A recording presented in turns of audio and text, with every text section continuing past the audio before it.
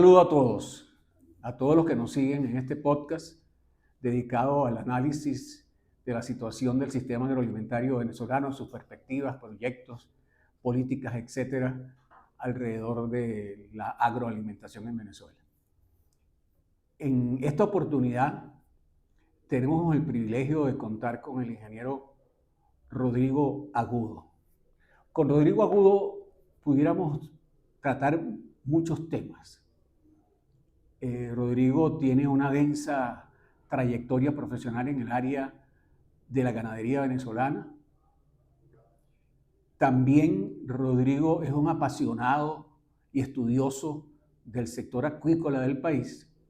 Y yo diría que otro tema es los ejercicios, los desarrollos, los trabajos que ha hecho Rodrigo en el área del desarrollo institucional del sistema agroalimentario venezolano. Sin embargo, hoy vamos a tratar con Rodrigo el tema de la ganadería en Venezuela, algunos elementos que son vitales para el entendimiento de la evolución que ha tenido la ganadería en Venezuela en el sector agroalimentario. Rodrigo es ingeniero químico, egresado de la Universidad Simón Bolívar. Como dije, tiene una trayectoria profesional orientada en el sistema agroalimentario venezolano, en diferentes áreas del sistema, en el sector público y en el sector privado. Actualmente Rodrigo es consultor privado, pero con mucha participación en todos los eventos y en todos los desarrollos que tienen los gremios del sector agrícola venezolano. En FEDEAGRO concretamente ha participado en muchas de nuestras asambleas como ponente, conferencista y en algunos foros en temas muy importantes. Hoy Rodrigo es director del Instituto Venezolano de la Leche y de la Carne y comparto con él responsabilidades en la coordinación de la red agroalimentaria de Venezuela. Dicho esto, Rodrigo, vamos a entrar en el tema de la ganadería y la primera pregunta que te tengo, Rodrigo, tiene que ver con la cadena de valor de la leche y de la carne en Venezuela. Distinto a los sectores, otros sectores o subsectores de la agricultura, como el agrícola, vegetal, forestal o pesquero, en la cadena de valor de la leche, pareciera que los actores tienen un entendimiento porque hay un sosiego, hay una calma, sobre todo su participación en los medios, que denota entendimiento. Pareciera que los actores de la cadena, después de la liberación de los controles de la economía en el año 2019, pareciera que hay entendimiento en los sectores y no hay conflictos aparentes como los que conseguimos en el sector agrícola vegetal en términos de los precios. De hecho, las mismas informaciones que ustedes producen, que los felicito por eso, porque es una referencia obligada, el seguimiento que ustedes hacen de los precios de la cadena de la leche, determina en las últimas entregas de los boletines semanales que el precio de la leche de vaca e incluso la de búfala están a niveles similares a los de los precios internacionales que reciben los productores de otros países. Igualmente en la carne ha habido un crecimiento importante de los precios y pareciera que el hecho de no haber conflictos de precios implica un entendimiento en los sectores. Si hay alguna controversia que se puede o algún problema que ha aflorado en los últimos tiempos que estuvimos revisando alrededor de este podcast, es que sí se han quejado los ganaderos y sus organizaciones del pago en bolívares y el diferencial cambiario que es por la producción de la leche y por la producción de la carne, incluso de los quesos.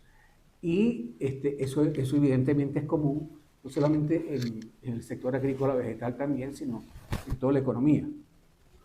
La idea entonces, Rodrigo, es saber si existe un verdadero entendimiento y consenso en los que integran, los integrantes, los eslabones de las cadenas de valor de la leche y de la carne en Venezuela. Bueno, Germán, muchas gracias. Ante todo, honor poder compartir contigo este, este podcast y muchas gracias por la invitación. Bueno, en términos generales, pudiéramos decir que no hay beligerancia en el entendimiento entre lo que es la leche y la carne. Primero porque son dos sectores que se manejan en forma integrada. Y por eso nosotros manejamos, a diferencia de otros países, lo que se llama una ganadería de doble propósito. En el caso de la carne no hay beligerancia porque nosotros tenemos ahorita producto un poco de la caída del consumo, una especie de sobreoferta de lo que pueden significar los animales de matanza, pero al fin y al cabo el animal cebado no es un producto perecedero, por lo tanto se puede ir administrando lo que puede significar su matanza en función de que el rebaño se va ampliando o no se va ampliando, el rebaño con destino a matanza.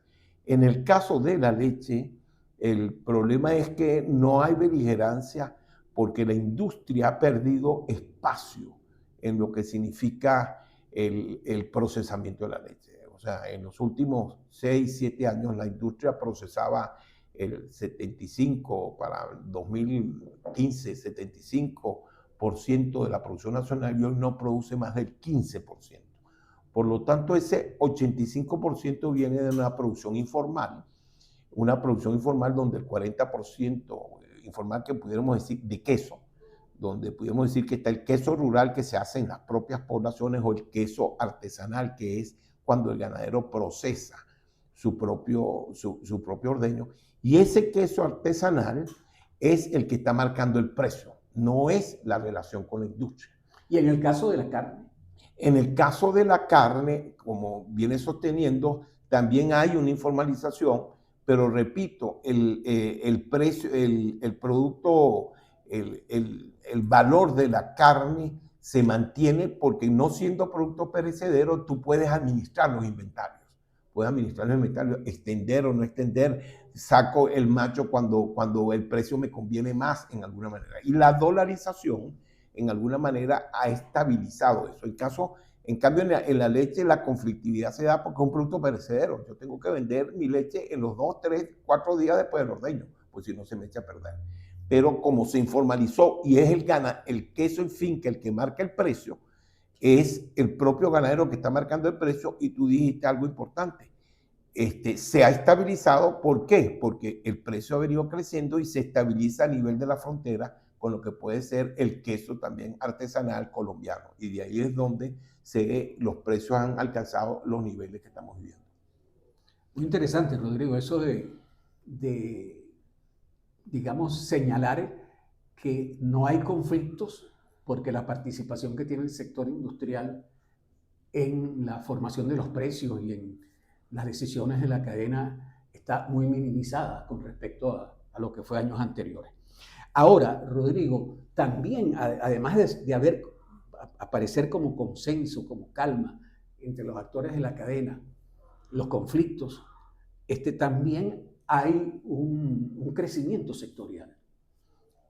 La información disponible de los resultados del subsector ganadero en la agricultura, teniendo en cuenta la data del Ministerio de Agricultura aportada en sus memorias y cuentas hasta el año 2016, y entre el 2017 y el 23, muestran un crecimiento de la producción de leche entre 1998 y 2023 del 81.3%. Es decir, se pasó de 1.400.000 y tantos miles de litros a 2.576.000 miles de litros en el caso de la leche. Y a la vez muestra la misma data, MAC y FAO, porque la información se complementa con la información de FAO en el supuesto de que los datos de FAO son aportados por el gobierno nacional. En el caso de la carne, más bien hay un decrecimiento del 52% en términos de las cabezas que han ido a matadero. De hecho, en el año 98, la data del ministerio habla de 2.200.000 cabezas y en el año 23 de 1.455.000 cabezas, un decrecimiento del 50%. Con estos resultados, Rodrigo, estaríamos cercanos al autoabastecimiento en leche y carne, habida cuenta de que tenemos un decrecimiento de la población producto de la migración de los últimos años. Y pareciera que estos resultados son contradictorios a una ganadería de doble propósito como la nuestra. Esta recuperación que aparece en la data, sobre todo de la leche, de alguna manera se compadece con las cifras que vienen manejando Inbelecar y las proyecciones que hace de la producción de leche y carne en el país. No se compadece. Debo señalar que el último censo agrícola se dio en el año 2008, 2007-2008. A partir del 2007-2008, hace 15 años, aquí no hay censo. Por lo tanto, no hay censo y no hay valoración real en términos de lo que puede ser. Entendamos que la producción de leche es una producción de todos los días, o sea, hay que tener un monitoreo en ese sentido. Ciertamente tú dices que es verdad que la data de FAO da esas cifras que tú dices, las datas de FAO son cifras oficiales, pero también FAO señala, sobre todo en los últimos 4 años, que son estimaciones de ellos, porque el gobierno desde el 2016 no da cifras oficiales. O sea, las cifras oficiales se dieron en los informes del Ministerio de Agricultura hasta el 2015. Entonces son estimaciones. La diferencia está que nosotros nos basamos en la data que se generó hasta el 2008, que fue el censo agrícola, y nosotros lo que tomamos en cuenta de la data del gobierno a los efectos de valorar la producción es el cambio interanual que el gobierno refleja, y en función de eso es que nosotros hacemos la estimación del rebaño y lo que puede ser la estimación de la producción de leche. Debo aclarar que esa data que da FAO para el 2008, a partir del 2008 ya marca la diferencia, a diferencia de lo que el censo dio. Muy bien. Mira, Rodrigo, tal como tú dijiste, el destino de la producción de leche en el país ha sufrido cambios significativos desde, digamos que en un principio, alrededor de la década del 50, el mayor porcentaje del destino de la leche era la pulverización. O sea, producíamos leche para ser procesada como leche pulverizada. Posteriormente, con el incremento de la pasteurización y la leche de larga duración, compitió con el sector pulverizador sin superarlo.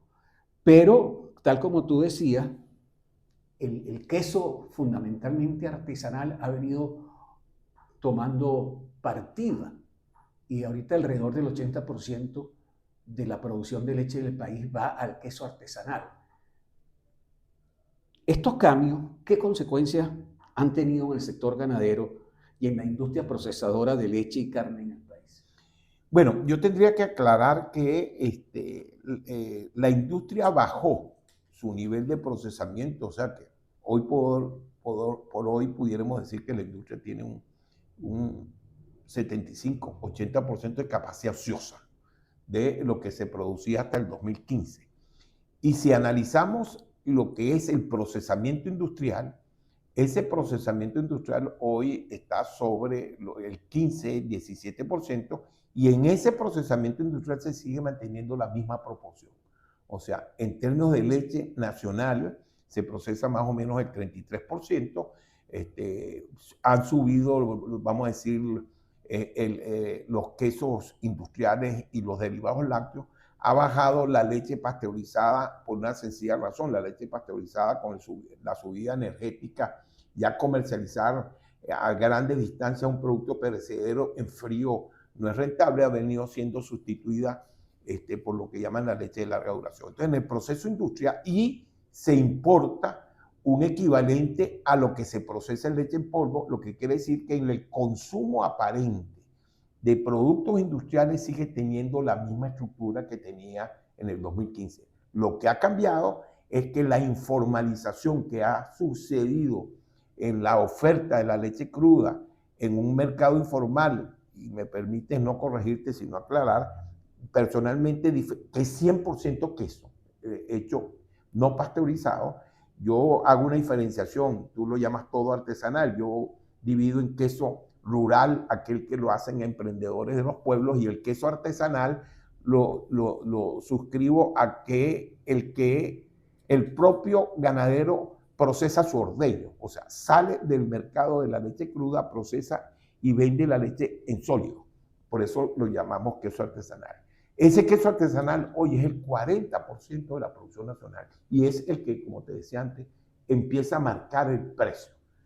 Quiero hacer una aclaratoria. Hasta el 2015, por más de 75 años, la leche en polvo, el consumo aparente de la leche en polvo, ha estado entre un 40 y 60% del país. Somos el único país del mundo que en términos de consumo aparente, la leche en polvo tiene esa participación.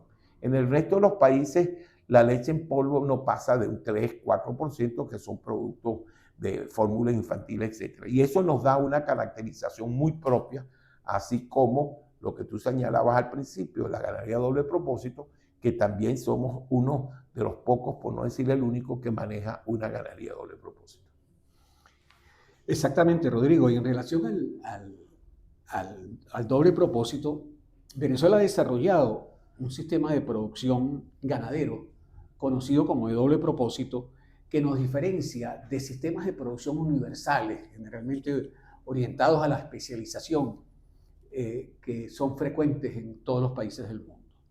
¿Qué virtudes y ventajas tiene este sistema y cuáles limitaciones y fortalezas u oportunidades de este sistema superan las debilidades que deberíamos tener en cuenta a la hora de hacer un proyecto de desarrollo ganadero?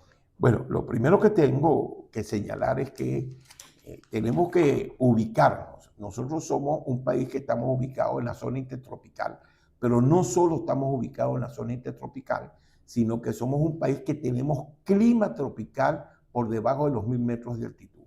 ¿Qué significa clima tropical? 18 grados centígrados todo el año, en alguna manera, y en ciertas zonas alto nivel de pluviometría. La leche vacuna es de origen europeo, es de climas templados, en alguna manera. Nosotros desarrollamos una ganadería doble propósito, se llama ganadería doble propósito porque esa lechería que es de clima templado pura fue cruzada y mezclada con ganado o criollo que se estabilizó por 400 años después de la colonia, porque su origen, como repito, es europeo, o con ganado Bos indicus, originario de la India, que es de clima tropical y le da la fortaleza para el clima tropical. Y por eso, siendo un ganado de carne, ese Bos indicus se llama doble propósito porque produce leche y carne.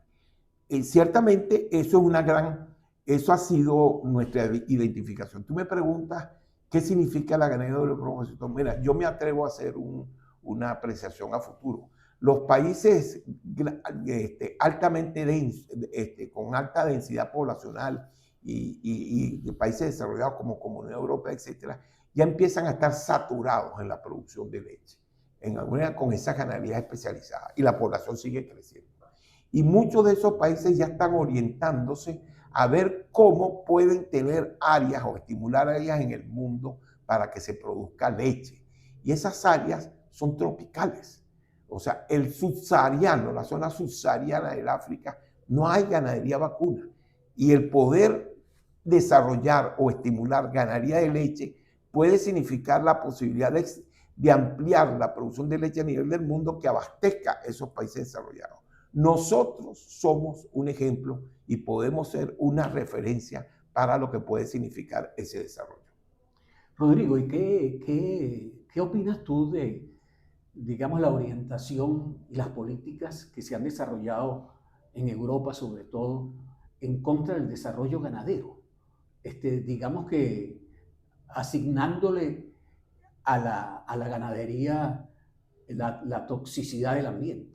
Bueno, precisamente por las razones que te decía, de la alta densidad poblacional que existe y la baja La ganadería se desarrolla en espacios muy estabulados, donde hay una gran densidad por superficie de animales, lo cual evidentemente genera una gran, puede generar contaminación. Una de las ventajas que nosotros tenemos en la ganadería de doble propósito tropical es que nuestra ganadería es extensiva. Se alimenta de pasto, no se alimenta de alimentos concentrados, ¿no? Y hay una muy baja densidad, lo cual nos puede permitir un mejor manejo del ganado, viéndolo a futuro. Por eso insisto que a futuro la ganadería de doble propósito puede tener un gran potencial en lo que hoy se llama en el mundo internacional políticas One Health, o sea, salud animal, salud ambiental y salud humana. Perfecto. Ahora, Rodrigo, si bien es cierto, el rebaño nuestro es fundamentalmente orientado al doble propósito con todas las características y especificidades que tú mencionas, aquí hay un esfuerzo importante que se ha hecho en el país con el desarrollo de razas o tipos de ganado con una genética autóctona. Cito el caso del ganado Carora, del limonero, del perijanero y del yaracal. Tienen cabida y potencial estos tipos en un plan de desarrollo y fomento que impulsa la ganadería venezolana. Estos tipos de ganados que tienen algunas orientaciones, unos bien hacia el leche o hacia la carne, en relación al doble propósito. No solo tienen importancia, sino que son vitales. Yo quiero señalar que esa ganadería de doble propósito que nosotros desarrollamos con cruces, con Bos Indicus de carne y ganados lecheros especializados de tipo americano, donde los americanos profundizaron en la producción de leche, minimizando lo que puede ser la utilización del macho que se genera, que es puro hueso y que se desecha prácticamente al nacer, ¿no? Se basó ese doble propósito, se inició en Venezuela en base a esa ganadería criolla estabilizada en los 400 años de la colonización de nuestra época. El ganado limonero en el Piedemonte perijanero, el Quebrada Arriba, el otro. Y el inicio del doble propósito se nace en el rebaño Carora, cruzando lo que era el criollo amarillo de Quebrada Arriba con razas puras Bos Tauros, que era el pardo suizo. Y de ahí nace el ganado criollo, pero un ganado en Carora que se da muy bien en zonas secas. El mejorar, tenemos 30 años donde la producción del doble propósito está estabilizada entre 1.300 y 1.700 millones de litros. Poder cambiar eso significa cambiar la genética o mejorar la genética. Y la estabilización de esa nueva genética o en la estabilización de esa nueva genética, ese ganado criollo es vital en sus cruces.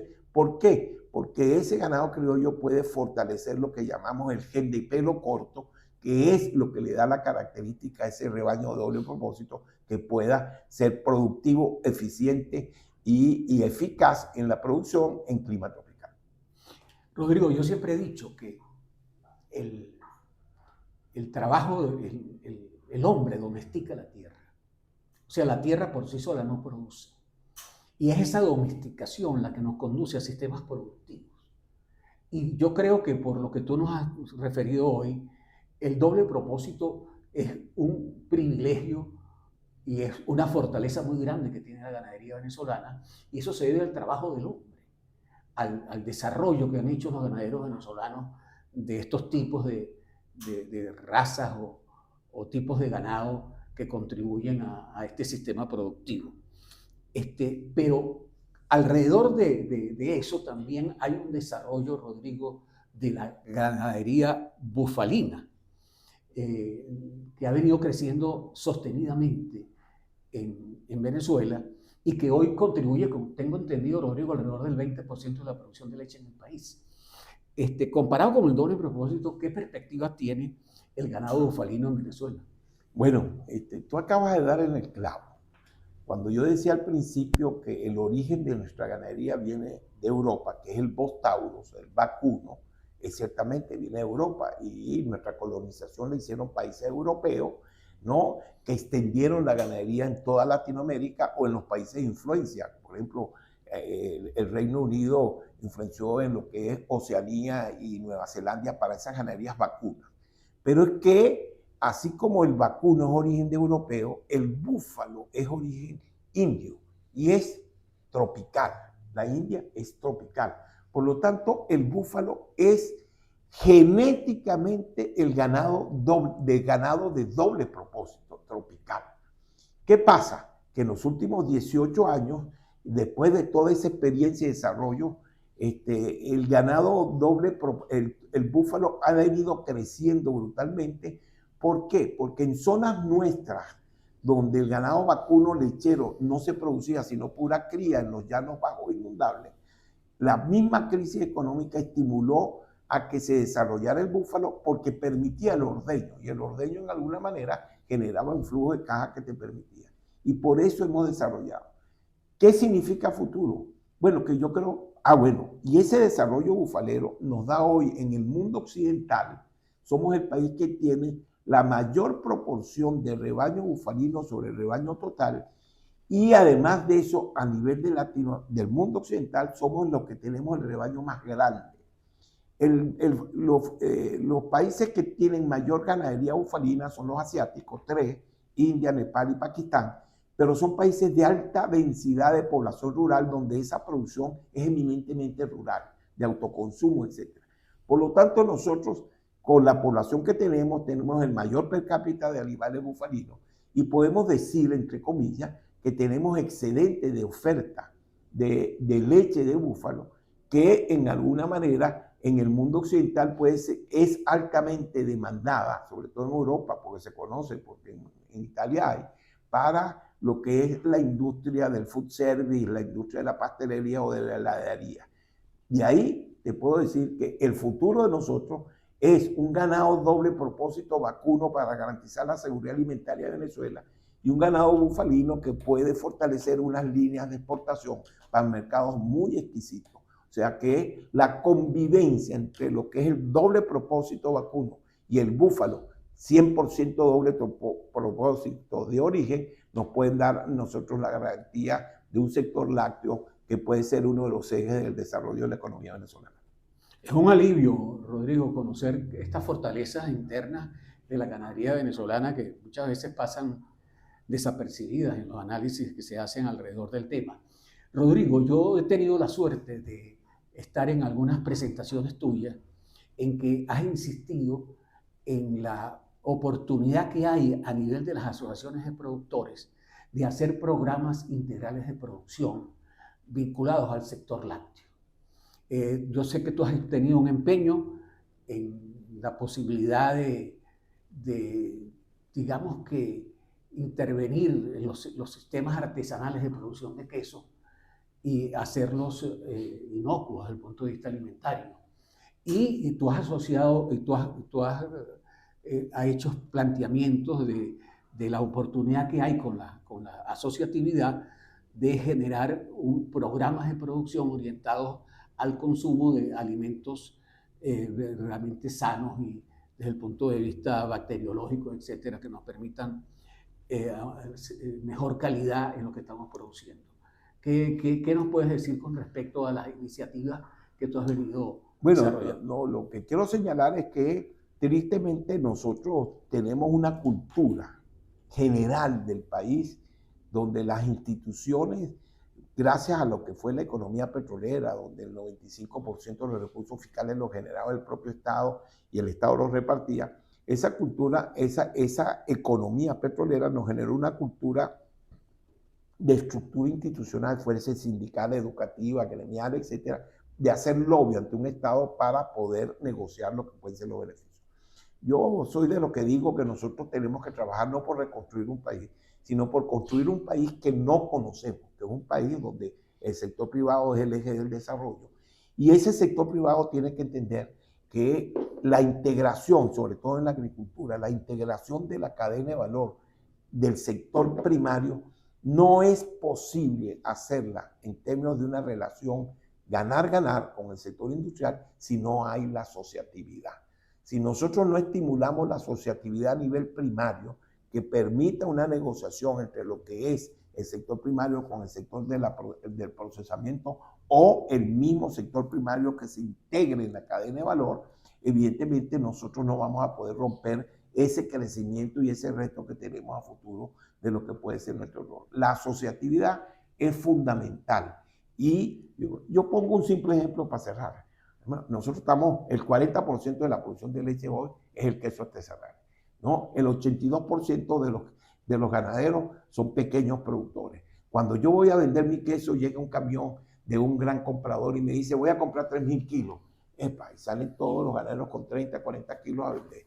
Si se levantara un ganadero y dijera, yo represento a 100 ganaderos y tengo esos 3.000 kilos y mi precio es este, evidentemente va a tener mejor posición para poder ganar. Ese es el gran trabajo de transformación institucional que tenemos que hacer, estimular la asociatividad, y con eso evidentemente tenemos garantizada que el sector agrícola en general y en particular el sector de la ganadería pueden ser ejes fundamentales en el desarrollo de esa nueva Venezuela que tenemos que construir. Muy bien, Rodrigo. Yo creo que yo sería un insensato si no te despido sin tocar el tema acuícola. Por supuesto que el tema acuícola requiere no solamente un programa, sino varios programas que desarrollar, pero sabiendo el interés tuyo y la pasión con que tomas este tema, ¿cómo ves tú las perspectivas que tiene el sector acuícola en Venezuela y qué posibilidades tenemos de alcanzar los estándares que muchos países vecinos han alcanzado en materia de la acuicultura? Mira, a riesgo de ser redundante, yo tengo una expresión, yo creo que la piscicultura y la piscicultura tropical, porque somos un país tropical, somos el país que tiene la cuarta cuenca hidrográfica más grande del mundo, o sea, el recurso agua para nosotros puede ser muy poderoso, no solo como insumo para la producción, sino como medio de producción. Estoy hablando piscicultura tropical continental, ¿no? El segundo rubro de comercialización a nivel mundial en términos piscícolas, que por cierto, en los últimos 20 años, la piscicultura ha pasado de ser el 17% del abastecimiento de pescado en el mundo al 50%. Y la FAO pronostica para el 2030 que de cada 3 kilos de pescado, 2 van a venir de la piscicultura. El segundo rubro de comercialización es piscicultura tropical. Nosotros somos un país tropical, por eso es que yo denomino que la piscicultura es el agronegocio oculto de Venezuela. El problema, ¿cuál es? Lo que señalaba antes. No es posible generar una corriente de exportación piscícola si no existe un esquema asociativo que nos permita producir volúmenes con la constancia que nos puede exigir un mercado de exportación. Ese agronegocio oculto necesita de políticas que estimulen la asociatividad a los fines de poder desarrollar el potencial que nosotros tenemos en términos de abastecimiento para el mundo en clima tropical. Colombia, que tiene menos superficie que clima tropical, hoy es el segundo exportador de piscicultura tropical a Estados Unidos. Y nosotros nada más tenemos simples ejemplos porque es necesario fomentar, concientizar de hacer esas políticas que nos permitan fortalecer la asociatividad a nivel de la piscicultura y convertirla en uno de los ejes de desarrollo económico del país. Muchas gracias, Rodrigo. Yo creo que hemos repasado los temas fundamentales tanto de la ganadería como estas orientaciones que nos das en materia de la acuicultura y la piscicultura en Venezuela. Creo que dejas un mensaje muy positivo en términos del potencial que tenemos y el desarrollo que tenemos que hacer en materia de la ganadería vacuna y bufalina en Venezuela y también de todos los aspectos de desarrollo de la piscicultura. Muy agradecido. Ustedes por la oportunidad. Muchas gracias.